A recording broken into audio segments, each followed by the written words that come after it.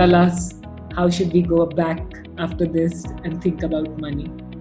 I would just spark 3-4 random thoughts for people to think about. All our life, every time we were told to save money. But wealth does not happen by saving money. Wealth happens by investing money. That's the first point. Change the word. Do not say save money. Use the word invest money for yourself, for your friends, for your parents, for your children. Do not teach them the word save money. Saving money, the interest rate you earn on fixed deposit and bank account, if it's lower than inflation rate that we have, your money has actually depreciated. And if you do not understand what I just said, please research it. Uh, uh, uh, for example, if I tell most people that fixed deposit is actually reducing your money, they do not understand this, which is a big problem for the country, right? The second thing I would say is that wealth happens when your money makes more money than you make money.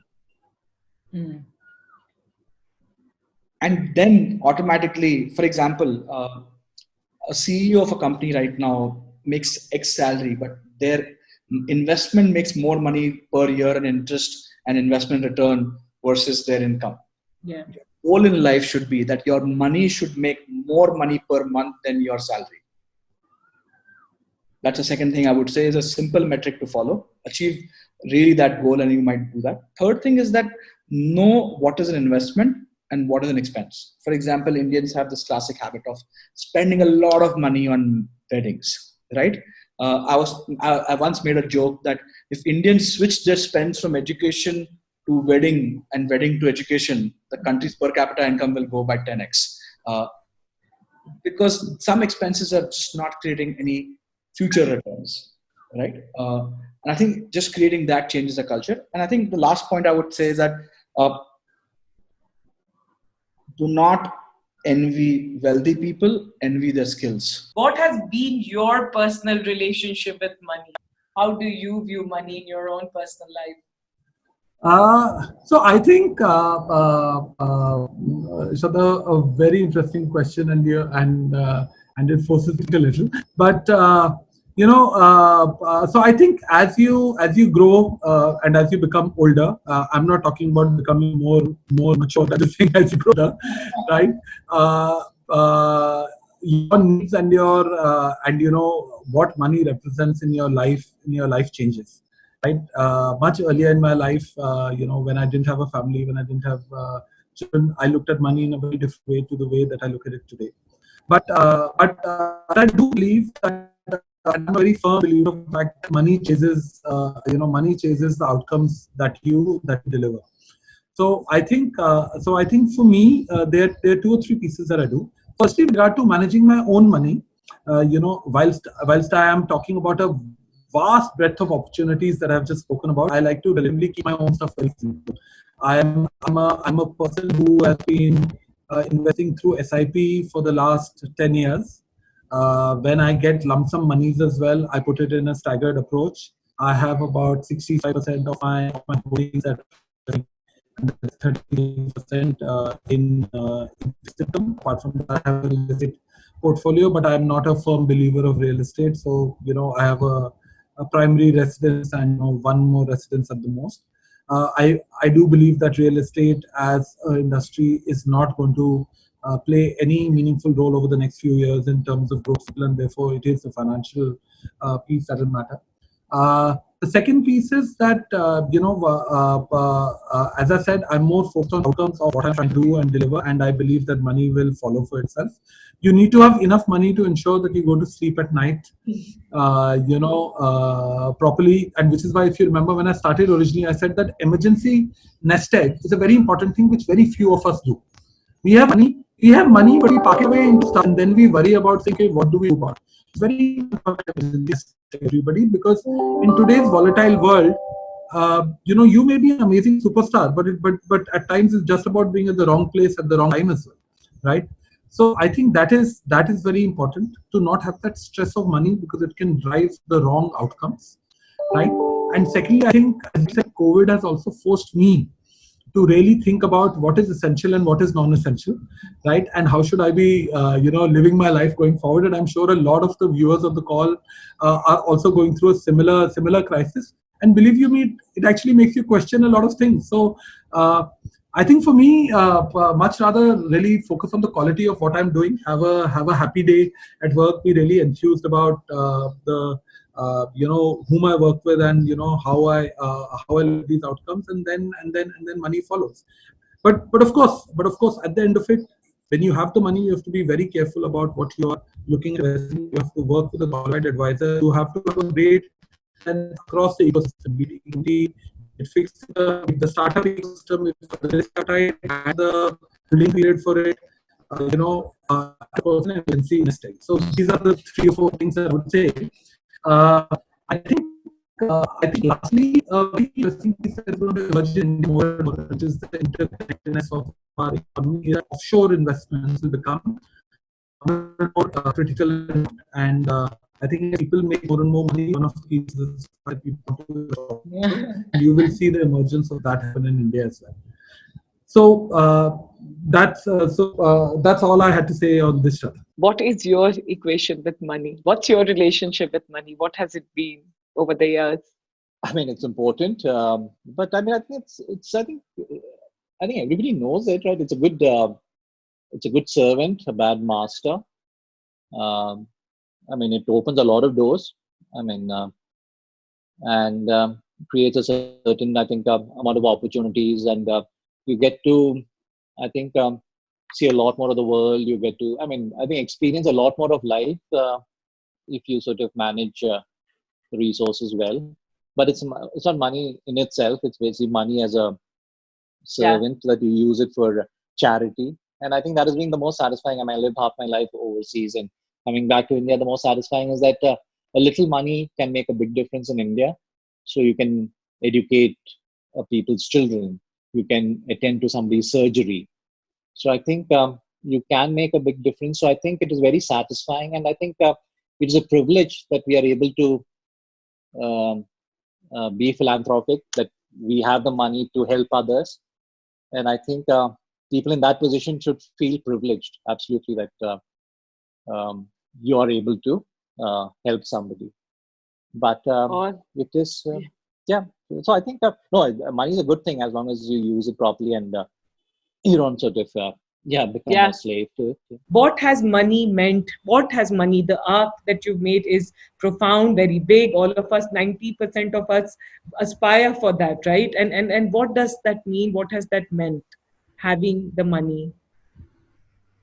Sure. I think it's important to, know, and for a lot of my entrepreneur friends who are listening to me will relate to this, is that entrepreneurs, while there is so much of great things talked about them, reality is a lot of your ownership is primarily in paper, or I wouldn't even say primarily in paper. Everything is in paper. So I think, you need to earn that. You need to really create value to first bring it there, and then create a lot more value in the years to come.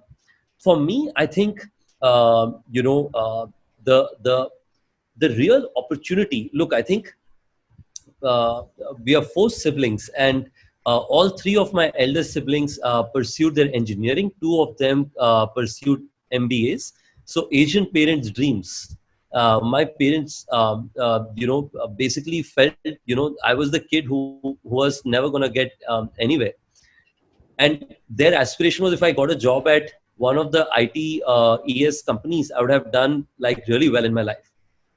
So for me to get the opportunity to be a part of OYO and be able to make the impact that I'm making is more valuable than anything else. Beyond that, I truly want to be a believer and a partner, and somebody who confidently backs my company, myself, for a very long period of time. So while there are lots of numbers, the primary and it's not like I don't believe those numbers will multiply. I believe in the long term I'll be able to get returns from investing in my own business.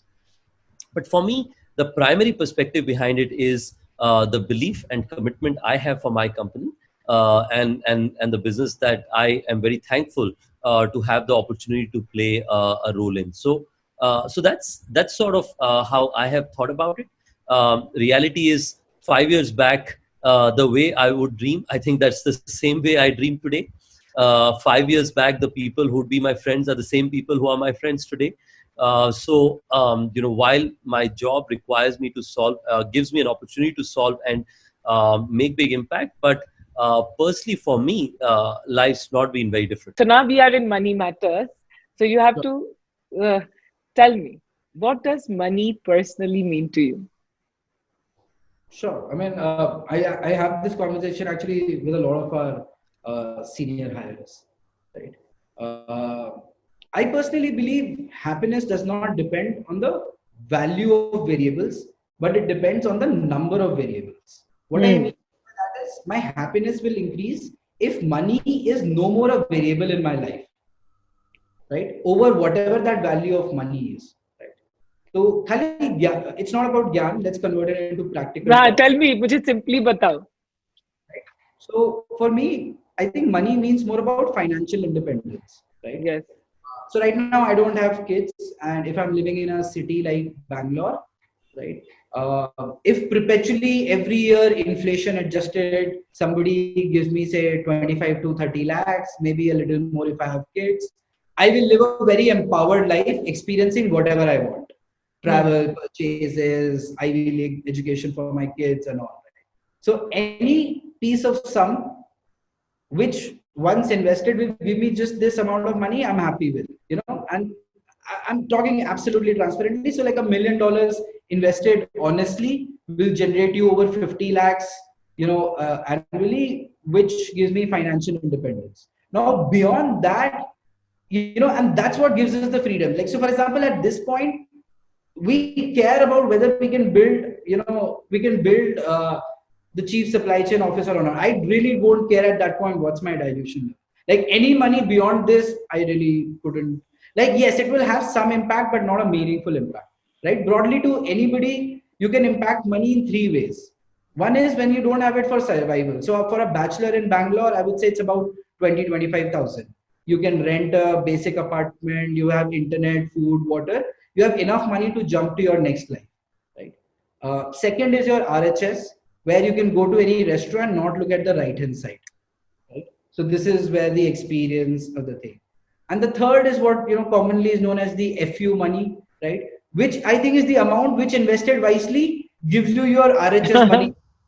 That's it. Right? That's what money means to me, right? That's the amount of money I want to earn in those, if I change countries and all, adjust for all of those. But this is what my concept is. I think right now I'm at the RHS line or even F10, that's it. So once the idea is to remove money as a variable, the idea is never to optimize for money. What does money personally mean to you? Uh, it's an interesting question. That is that economic sense of money. Um, it's to me, it's kind of like how do I say it? It's an instrument. It kind of helps. It has this magical power of focusing attention and Yeah. energy. Hmm. Into having people collaborate to do certain things together. uh, I'd say if you have a mission and an intention to drive people towards, I'll come to the personal bit as well, because I've seen all sides of money, Yeah. in the sense that I didn't have any and then I had a stable salary. But yeah, I think generally in that sense, uh, it we have seen that when you're let's talk about it in the context of customers, right? When you're charging Yeah. them money, you are offering a certain class of service, you're offering a certain class of products, and you're kind of making that agreement that this thing is actually worth more than what you're paying for, Yeah. right? And that's the kind of commitment that we'd like to have. When it comes to the company, we need to make sure that our employees are safe, they're happy, the company has a good outcome in terms of whatever its future potential is going to be. So all of those things help us reason about money that way when it comes to the company. Personally, I think there's a certain amount of money that I think everybody should have if they're working on certain things. So I was in a state where I mentioned, right, like I had to do consulting projects to pay the bills because I didn't want to worry about rent. Like if you're worrying about rent, then Yeah. you can't you should not be Yeah. spending 16-hour days coding, right? So I think it was that, and I feel personally, as I have as you age, you also think about your parents, you also think about your family, and you want to make sure that they're safe and happy and healthy, and that's pretty much kind of what I think about it. uh, I'd say like I'm pretty, at least I don't know, I think I'm a pretty frugal person. I think I only like to spend on cool technology, and you kind of run out of that pretty early on. Like the I think the first time we had funding, the thing that I was most excited about at a time was the PS4, which we got for our office. After that, it was I don't think other things from a monetary perspective give you that much joy.